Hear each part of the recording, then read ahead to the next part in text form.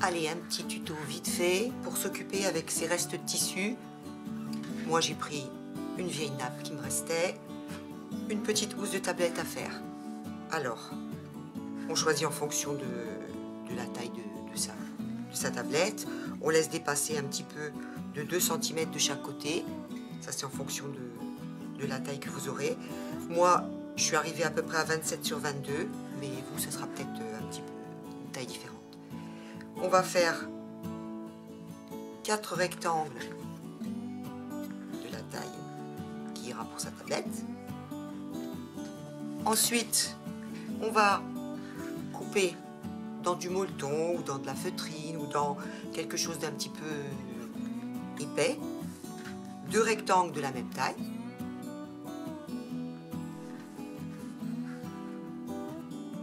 On épingle un des morceaux de tissu, l'endroit vers vous, sur notre petit morceau de molleton.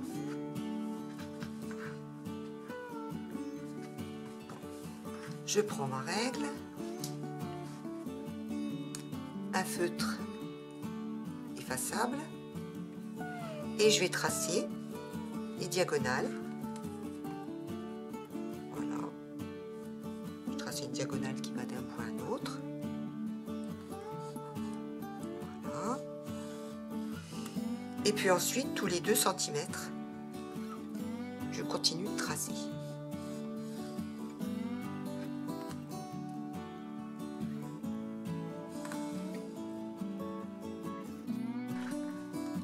Voilà, j'ai tracé mes diagonales. Maintenant, je vais faire la même chose dans l'autre sens.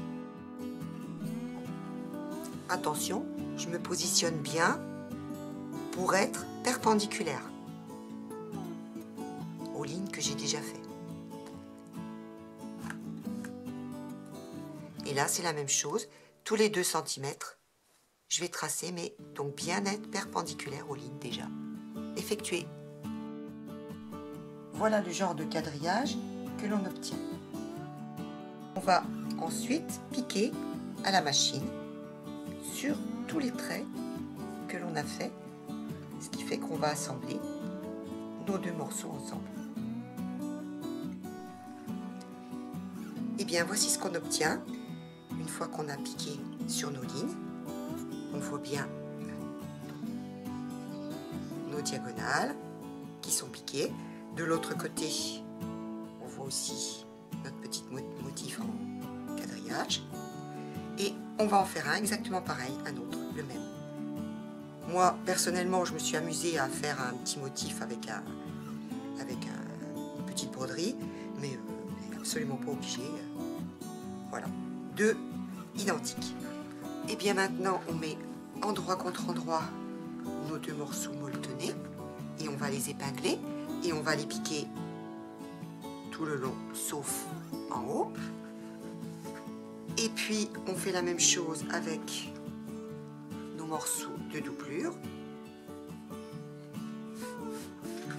On les épingle et on va les piquer endroit contre endroit en laissant une ouverture en bas.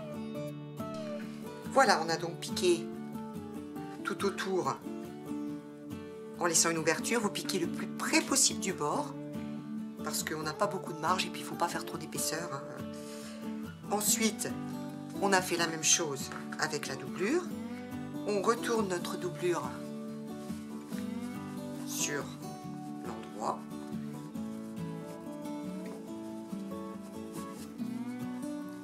On n'oublie pas qu'on avait laissé le fond ouvert. Voilà.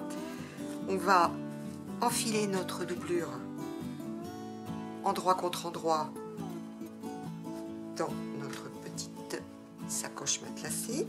Voilà. On s'arrange pour que les coins soient bien les uns avec les autres. Et on va mettre bien les bords les uns contre les autres en faisant attention de faire coïncider ici les coutures. On va épingler tout ça tout autour et on va coudre tout autour.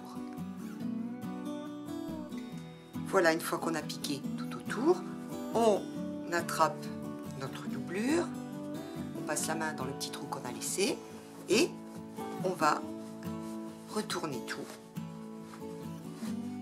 par ce petit trou qu'on a laissé. J'ai tout retourné, vous voyez là j'ai ma partie matelassée, ici j'ai la doublure, voilà.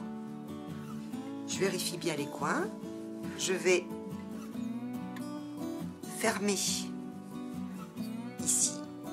là où il y a la doublure, je vais piquer, fermer la machine. Voilà, c'est piqué. Maintenant, eh bien, on va rentrer notre doublure à l'intérieur.